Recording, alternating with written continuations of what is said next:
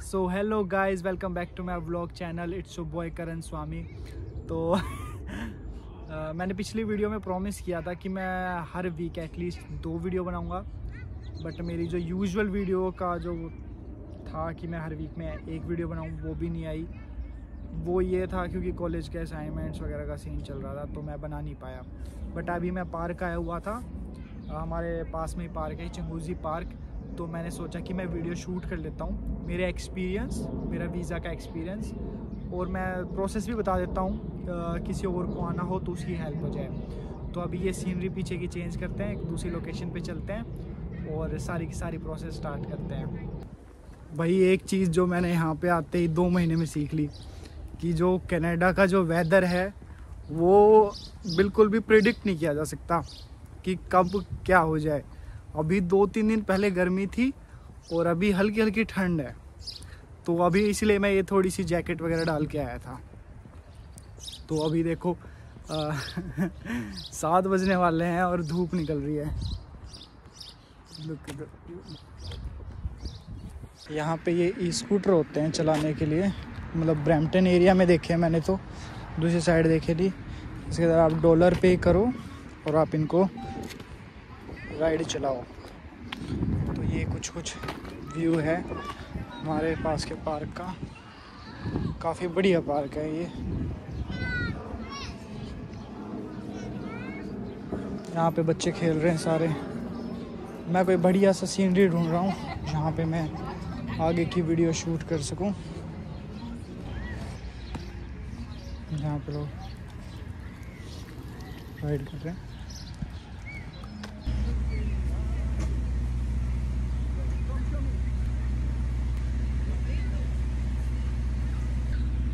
So guys, पीछे की scenery आपको कैसी लग रही है? मेरे को बैठ के वीडियो शूट करनी पड़ रही है क्योंकि यहाँ पे प्लेटफॉर्म नहीं था जहाँ पे मैं अपना ट्राइपॉड रख सकूँ। तो स्टार्ट करते हैं सबसे पहली चीज़ से। तो दोस्तों, कहीं पे भी जाने के लिए, मतलब आप अगर इंटरनेशनली बॉर्डर क्रॉस कर रहे हो तो आपको जो सबसे पहली चीज़ की सबसे ज़्यादा नीड होती है वो होता है आपका पासपोर्ट। तो ऐसे ही हमने सबसे पहले बनाया था पासपोर्ट। तो पासपोर्ट के बाद आपका जो सेकंड स्टेप होता है वो होता है आइल्स एग्ज़ाम। आइल्स एग्ज़ाम क्यों और ये क्या होता है? एक्चुअली में अगर आप किसी इंग्लिश स्पीकिंग कंट्री में जा रहे हो तो वो चेक करते हैं कि आपको उस लेवल की इंग्लिश आती भी है या नहीं। तो बेसिकली आइल्स उसी चीज़ के ऊपर है कि आपको कितना कुछ आता है इंग्लिश में, मतलब आप कैसे कम्युनिकेट करते हो। क्यों? ऑब्वियसली आप अगर इंग्लिश स्पीकिंग कंट्री में जा रहे हो और आप कम्युनिकेट ही नहीं कर पा रहे हो किसी के साथ, तो फिर ऐसे कैसे चलेगा वहाँ पे, है ना? चाहे आप स्टडी के लिए हो या फिर जॉब के लिए हो, कैसे भी हो। तो सबसे पहले जो चीज़ थी वो थी पासपोर्ट, दैन उसके बाद था आइल्स। और अब ऐसा होता है कि कुछ लोग जाते हैं 12th के बाद और कुछ जाते हैं ग्रेजुएशन के बाद। तो 12th वालों के लिए जो आइल्स का जो स्कोर होता है वो 6 ईच से काम चल जाता है, ओवरऑल 6 एंड हर किसी में 6 से ज़्यादा। और अगर आप ग्रेजुएशन बेस पे आ रहे हो तो आपका एटलीस्ट 6.5 ओवरऑल होना चाहिए और किसी में भी 6 से नीचे नहीं होना चाहिए। बट अगर आप किसी अच्छी यूनिवर्सिटी में वगैरह में जा रहे हो तो वहाँ पे 7 बैंड की भी रिक्वायरमेंट रखते हैं कि हाँ उनको 7 ओवरऑल चाहिए ही चाहिए। तो ये तो हो गया बेसिक इन्फॉर्मेशन कि आपका पासपोर्ट आइल्स। इसके बाद ये होता है कि आप कॉलेज सेलेक्ट करते हो। अब कॉलेज सेलेक्ट ये होता है कि जैसे मेरा आईटी बैकग्राउंड है तो अब मैं आईटी में ही इधर आऊँगा। अगर मैं आईटी को छोड़ के किसी और फील्ड की कोई चीज़ सेलेक्ट करता हूँ तो मेरा वीज़ा रिजेक्ट हो जाएगा। जिस भी फील्ड में वो है उसी फील्ड से रिलेटेड कोई दूसरा कोर्स होना चाहिए। और ये भी होता है कि आपका कोर्स प्रोग्रेसिव होना चाहिए, मतलब कि आप किसी चीज़ पे पढ़ाई कर रहे हो तो आप यहाँ आ रहे हो तो मतलब आप कुछ ग्रो कर रहे हो, राइट? तो उनको दिखना चाहिए कि आप ग्रो कर रहे हो। तो ये दूसरी चीज़ होती है। तो आप अपना कॉलेज और कोर्स उसी के अकॉर्डिंग से सेट कीजिए जो आपको प्रोग्रेसिव दे। बाकी सबकी मेंटलिटी अपनी अपनी अलग होती है। कुछ लोगों के यहाँ पे ऑलरेडी जुगाड़ होते हैं अपने, तो वैसे भी काम कर लेते हैं। तो ये कोर्स सेलेक्ट करो अपना, फिर कॉलेज के अंदर से अपना ऑफ़र लेटर मंगवाओ।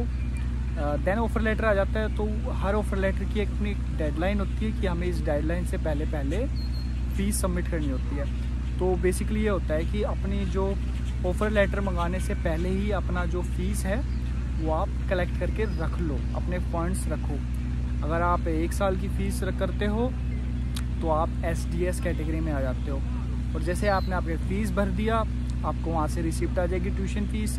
दैन आप SOP बनवाओ, स्टेटमेंट ऑफ पर्पज़, और आप किसी कंसल्टेंट के थ्रू भी फ़ाइल लगवा सकते हो और आप खुद भी फ़ाइल लगा सकते हो।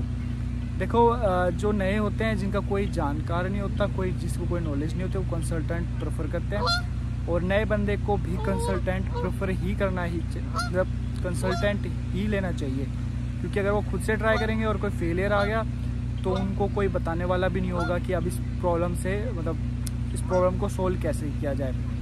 तो सबसे पहले वही हो गया आपका पासपोर्ट, आइल्स, आपके फंड्स, आपने किस कॉलेज में ऑफ़र लेटर अप्लाई किया है, ऑफ़र लेटर, और अगर वहाँ से ऑफ़र लेटर आ जाता है तो अपने फंड्स उसमें सबमिट करो, जमा कराओ, अपने ट्यूशन रिसिप्ट लो, आपकी स्टेटमेंट ऑफ पर्पज़ बनाओ, और आपकी जो ट्रैवलिंग डॉक्यूमेंट्स हैं वो तैयार करो। आप अगर इसके रिगार्डिंग में डिटेल वीडियो चाहते हो तो मैं वो भी बना सकता हूँ, पर मैं ये एक ओवरव्यू दे रहा हूँ आपको कि प्रोसेस क्या क्या है। और उसके बाद जैसे ही आपका डॉक्यूमेंट्स बन जाता है तो आप अपनी फ़ाइल लगा दो यहाँ पे IRCC में। फिर उसके बाद वो आपको बता देंगे कि आपको वीज़ा मिलेगा या नहीं मिलेगा। तो उसके अंदर भी पहले आपका बायोमेट्रिक होगा और फिर आपकी फ़ाइल लॉन्च हो जाएगी। और जैसे कि मेरा जो वीज़ा आया था वो आ गया था 1 वीक के अंदर, तो ये डिपेंड करता है सभी के लिए अलग अलग। अभी जो सिनेरियो चल रहा है उसके अंदर फास्ट आ रहे हैं वीज़ा सभी के, वरना मैं जानता हूँ जिनके 2-2, 3-3, 4-4 महीनों से पेंडिंग पड़े थे और रिफ्यूज़ल भी टिक रहे थे। तो ये थोड़ा एक बेसिकली फ़ास्ट प्रोसेस हो गया। अब मैं आपको बताता हूँ कि मेरा एक्सपीरियंस कैसा था इस पूरे उसके अकॉर्डिंग। अब मैं थोड़ा थक गया हूँ बैठे बैठे, तो मैं यहाँ से हट के आपको किसी दूसरी जगह लेके चलता हूँ। भाई साहब कितनी सारी बतखें बैठी हुई है इधर, इनको छेड़ना खतरे से खाली नहीं। दूसरी जगह चलते हैं। यहाँ के पार्कों में घोड़े भी होते हैं, ये देखो। यहाँ पे नीचे घास नहीं है, ये लकड़ियों के वो डाल रखे हैं, लकड़ियों को क्रश करके। पार्क थोड़ी है ये यहाँ सब कुछ है। ये इधर पता नहीं क्या है, बच्चों के लिए है, हम तो गए नहीं कभी अंदर।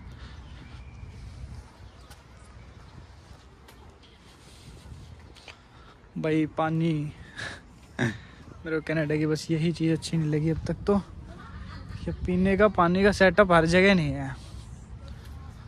गाइस तो मेरे को ना लोकेशन मिल गई है वीडियो शूट करने के लिए। भाई कितना प्यारा सनसेट हो रहा है, मैं आपको सनसेट दिखाता हूँ पहले।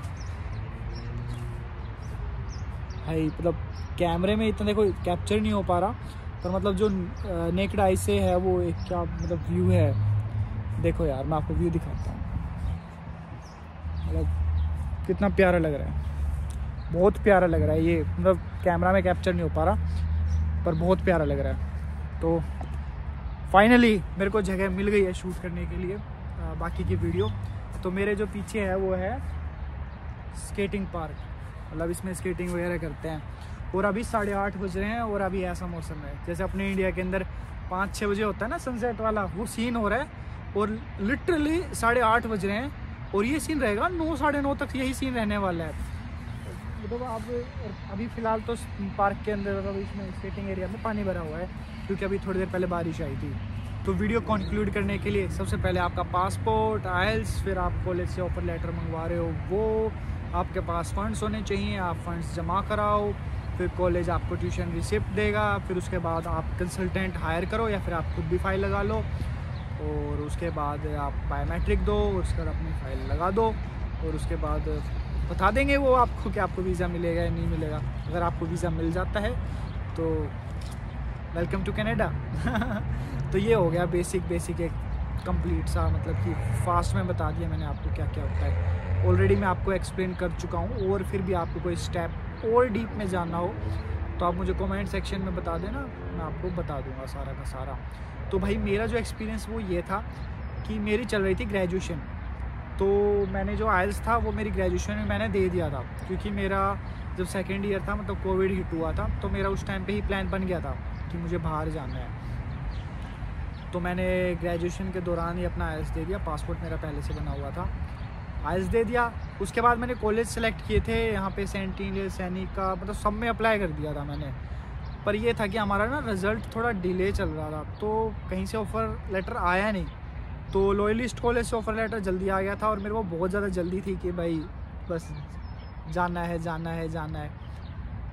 अब थोड़ा सोचता हूँ उस डिसीज़न पे, बट उस टाइम पे था कि बस जल्दी जल्दी जाना है।